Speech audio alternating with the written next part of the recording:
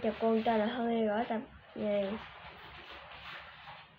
21 tháng 9 năm 2024 là bài ghi hình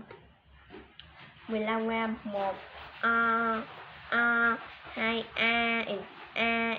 3 a 4 o 5 o 6 o 7 e 8 e 9 10 11 11 phụ 12 u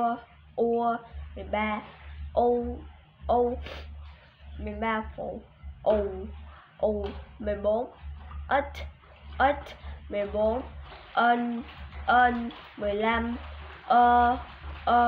15 phụ cảm ơn cô.